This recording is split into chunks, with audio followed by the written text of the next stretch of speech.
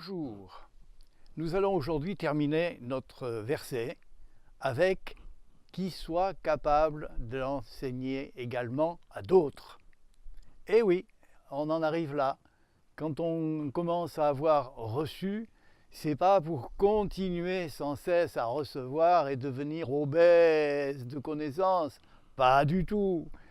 Lorsqu'on a reçu, c'est pour donner.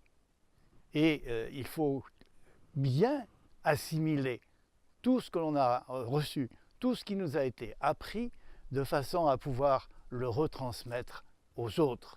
C'est le but même du discipolat. Recevoir pour donner. Et ça, c'est un va-et-vient permanent. Parce que ceux à qui nous allons donner, à leur tour, vont apprendre pour donner. C'est la première étape. Là, vraiment, l'étape fondamentale, c'est de passer à donner. On reçoit, on donne, c'est formidable. Il est souvent possible de transmettre. Il suffit d'en avoir la volonté. Volonté d'apprendre, volonté de se former.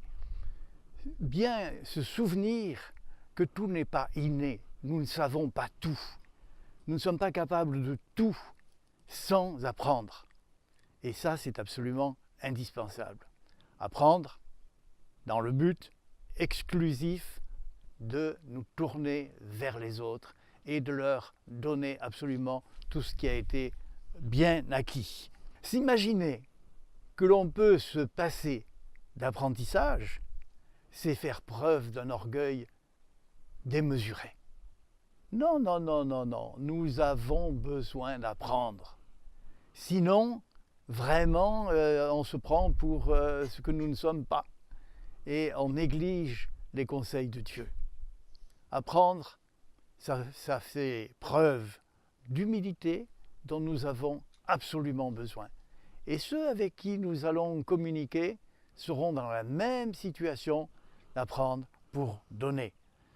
Lorsque nous décidons enfin de donner la première place, je dirais de donner toute la place à Jésus, alors il est possible de le communiquer aux autres. Cette fougue, cet enthousiasme, cette force, nous pouvons la communiquer. Ne pas la garder pour nous. Dieu bénit, alléluia, gloire à son nom. Et il bénit abondamment. Mais ce n'est pas seulement pour notre vie personnelle, c'est aussi pour les autres. Est-ce que nous voulons vraiment donner toute notre vie, notre être entier au Seigneur, pour qu'il ait la possibilité de nous utiliser comme il le veut? Soyons souples, soyons malléables, laissons-le nous former comme il le veut. Et alors, nous verrons cette Église refleurir, cette Église porter du fruit, parce que des disciples sérieux auront été formés. Dieu le veut. Le veux-tu aussi? Je l'espère. À très bientôt. Au revoir.